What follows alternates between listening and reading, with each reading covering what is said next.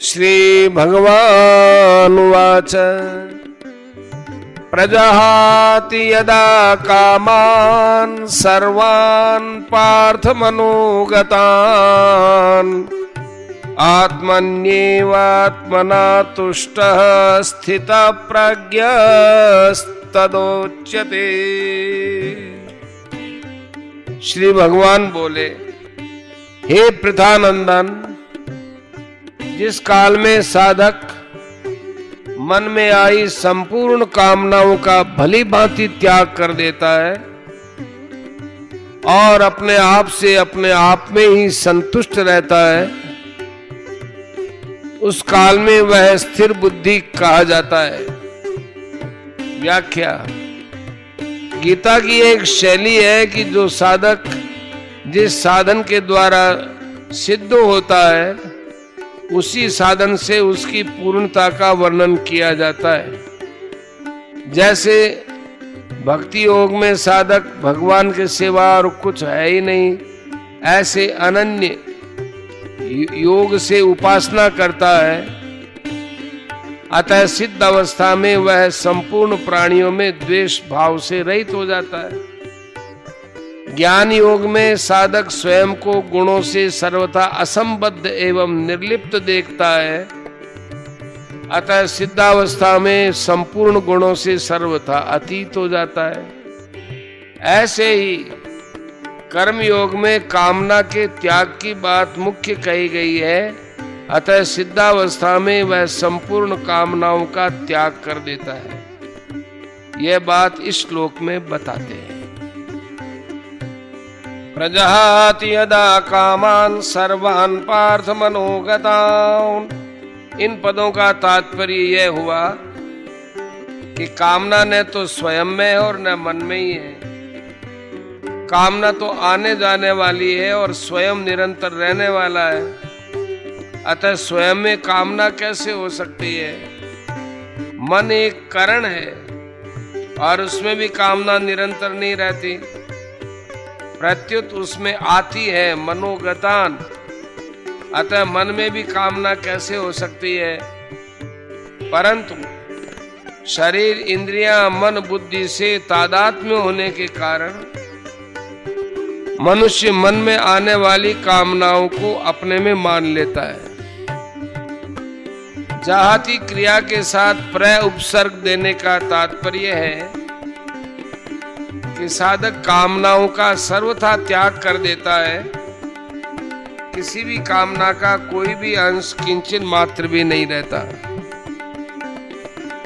अपने स्वरूप का कभी त्याग नहीं होता और जिससे अपना कुछ भी संबंध नहीं है उसका भी त्याग नहीं होता। त्याग उसी का होता है जो अपना नहीं है पर उसको अपना मान लिया है। ऐसे ही कामना अपने में नहीं है पर उसको अपने में मान लिया है। इस मान्यता का त्याग करने को यहाँ प्रजहाति पद से कहा गया है।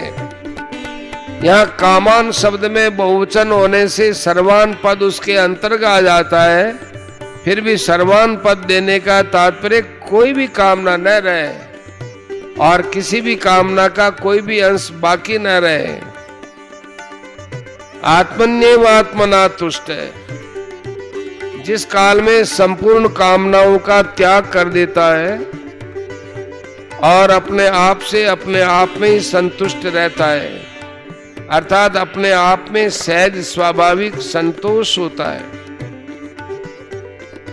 संतोष दो प्रकार का होता है। एक संतोष गुण है और एक संतोष स्वरूप है। अंतःकरण में किसी प्रकार की कोई भी इच्छा न हो, यह संतोष गुण है और स्वयं में असंतोष का अत्यंत अभाव है, यह संतोष का स्वरूप है। यह स्वरूप भूत संतोष स्वतः सदा रहता है, उसके लिए कोई अभ्यास या विचार नहीं करना पड़ता।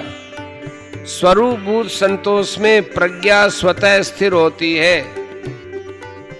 स्थित प्रज्ञा तदोच्यते।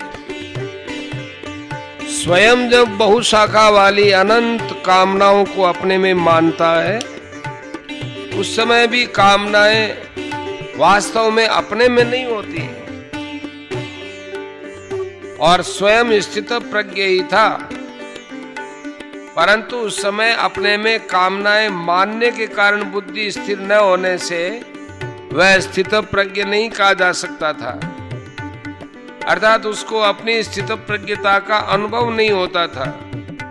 अब उसने अपने में से संपूर्ण कामनाओं का त्याग कर दिया और उस मान्यता को हटा दिया, तब वह स्थित प्रज्ञ कहा जाता है। उसको अपनी स्थित प्रज्ञता का अनुभव हो जाता है। साधक तो बुद्धि को स्थिर बनाता है, परंतु कामनाओं का सर्वथा त्याग होने पर बुद्धि को स्थिर बनाना नहीं पड़ता है, वह स्वतः स्वाभाविक स्थिर हो ही जाती है। कर्मयोग में साधक का कर्मों से ज्यादा संबंध रहता है, उसके लिए योग में आरूढ़ होने में भी कर्म कारण है। आरुरुक्षोर मुनेर योगम कर्म कारण मुच्यते। इसलिए कर्मयोगी का कर्मों के साथ संबंध साधक अवस्था में रहता है, सिद्ध अवस्था में भी रहता है। सिद्ध अवस्था में कर्मयोगी के द्वारा मर्यादा के अनुसार कर्म होते रहते हैं, जो दूसरों के लिए आदर्श है।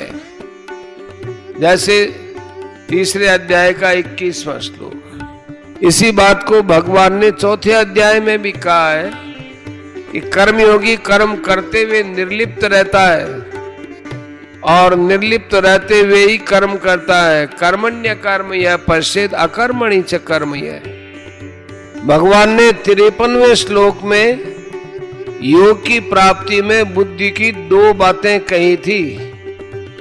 संसार से हटने में तो बुद्धि निश्चल हो और परमात्मा में लगने में बुद्धि अचल हो, अर्थात निश्चल कहकर संसार का त्याग बताया और अचल कहकर परमात्मा में स्थिति बताई। उन्हीं 2 बातों को लेकर यह यदा और तदा पद से कहा गया है कि जब साधक कामनाओं से सर्वथा रहित हो जाता है और अपने स्वरूप में संतुष्ट रहता है, तब वह स्थित प्रज्ञ कहा जाता है। तात्पर्य है कि जब तक कामना का अंश रहता है तब तक वह साधक कहलाता है, और जब कामनाओं का सर्वथा अभाव हो जाता है तब वह सिद्ध कहलाता है। इन्हीं 2 बातों का वर्णन भगवान ने इस अध्याय की समाप्ति तक किया है। जैसे यहाँ प्रजहाति यदा कामान सर्वान पदों से संसार का त्याग बताया और फिर आत्मन्येव आत्मना तुष्ट पदों से परमात्मा में स्थिति बताई। 56वें श्लोक के पहले भाग में संसार का त्याग और स्थित धीर मुनि पद से परमात्मा में स्थिति बताई। 57वें और 58वें श्लोक में पहले संसार का त्याग बताया और फिर तस्य प्रज्ञा प्रतिष्ठिता पदों से परमात्मा में स्थिति बताई। 59वें श्लोक के पहले भाग में संसार का त्याग बताया और परम दृष्टवा पदों से परमात्मा में स्थिति बताई। 60वें श्लोक से 61वें श्लोक तक पहले संसार का त्याग बताया और फिर युक्त आसीत मत्परः आदि पदों से परमात्मा में स्थिति बताई। 62वें से 65वें श्लोकों तक पहले संसार का त्याग बताया और फिर बुद्धि पर्यवतिष्ठते पदों से परमात्मा में स्थिति बताई। 66वें से 68वें श्लोक तक पहले संसार का त्याग बताया, फिर तस्य प्रज्ञा प्रतिष्ठिता पदों से परमात्मा में स्थिति बताई। 69वें श्लोक में या निशा सर्वभूतानां तथा यस्याम जागृति भूतानि, इन पदों से संसार का त्याग बताया और तस्याम जागृति संयमी तथा सा निशा पश्यतो मुने पदों से परमात्मा में स्थिति बताई। 70वें और 71वें श्लोक में पहले संसार का त्याग और फिर स शांतिम अधिगच्छति पदों से परमात्मा में स्थिति बताई। 72वें श्लोक में नैनाम प्राप्य विमुह्यति पदों से संसार का त्याग बताया और ब्रह्म निर्वाण मृच्छति आदि पदों से परमात्मा में स्थिति बताई। परिशिष्ट भाव, एक विभाग अस्थिर बुद्धि वालों का है और एक विभाग स्थिर बुद्धि वालों का है। अस्थिर बुद्धि वालों की बात तो 41वें से 44वें श्लोक तक कह ही दी। अब स्थिर बुद्धि वालों की बात 55वें से 71वें श्लोक तक कहते हैं। जिस समय साधक सांसारिक रुचि का त्याग करके अपने स्वरूप में स्थित रहता है, उस समय वह स्थिर बुद्धि वाला कहा जाता है। जिसका परमात्मा का उद्देश्य होता है, उसकी बुद्धि एक निश्चय वाली होती है, क्योंकि परमात्मा भी एक ही है। परंतु जिसका संसार का उद्देश्य होता है, उसकी बुद्धि असंख्य कामनाओं वाली होती है, क्योंकि सांसारिक वस्तुएं असंख्य हैं। गीता 2 अध्याय का 41वां श्लोक। समता की प्राप्ति के लिए बुद्धि की स्थिरता बहुत आवश्यक है। पातंजल योग दर्शन में तो मन की स्थिरता माने वृत्ति निरोध को महत्व दिया गया, पर गीता बुद्धि की स्थिरता माने उद्देश्य की दृढ़ता को ही महत्व देती है। कारण कि कल्याण प्राप्ति में मन की स्थिरता का उतना महत्व नहीं है जितना बुद्धि की स्थिरता का महत्व है। मन की स्थिरता से लौकिक सिद्धियां प्राप्त होती हैं, पर बुद्धि की स्थिरता से पारमार्थिक सिद्धि कल्याण की प्राप्ति होती है। कर्मयोग में बुद्धि की स्थिरता ही मुख्य है। अगर मन की स्थिरता होगी तो कर्मयोगी कर्तव्य कर्म कैसे करेगा? कारण कि मन स्थिर होने पर बाहरी क्रियाएं रुक जाएंगी। भगवान भी योग माने समता में स्थित होकर कर्म करने की आज्ञा देते हैं। योगस्थ कुरु कर्माणि प्रजहाति, और सर्वान कामान पद देने का तात्पर्य किंचन मात्र भी कामना न रहे, पूरा का पूरा त्याग हो जाए। कारण कि ये कामना ही परमात्मा प्राप्ति में खास बाधक है। साथियों, श्रीमद् भगवद गीता भारत का दुनिया को सबसे प्रेरक उपहार है। गीता पूरे विश्व की धरोहर है। गीता हजारों साल से प्रासंगिक है। विश्व के नेताओं से लेकर सामान्य मानवी तक सभी को गीता ने लोक हित में कर्म करने का मार्ग दिया है। भारत के करीब करीब हर घर में तो किसी न किसी रूप में भगवद गीता विराजमान है ही।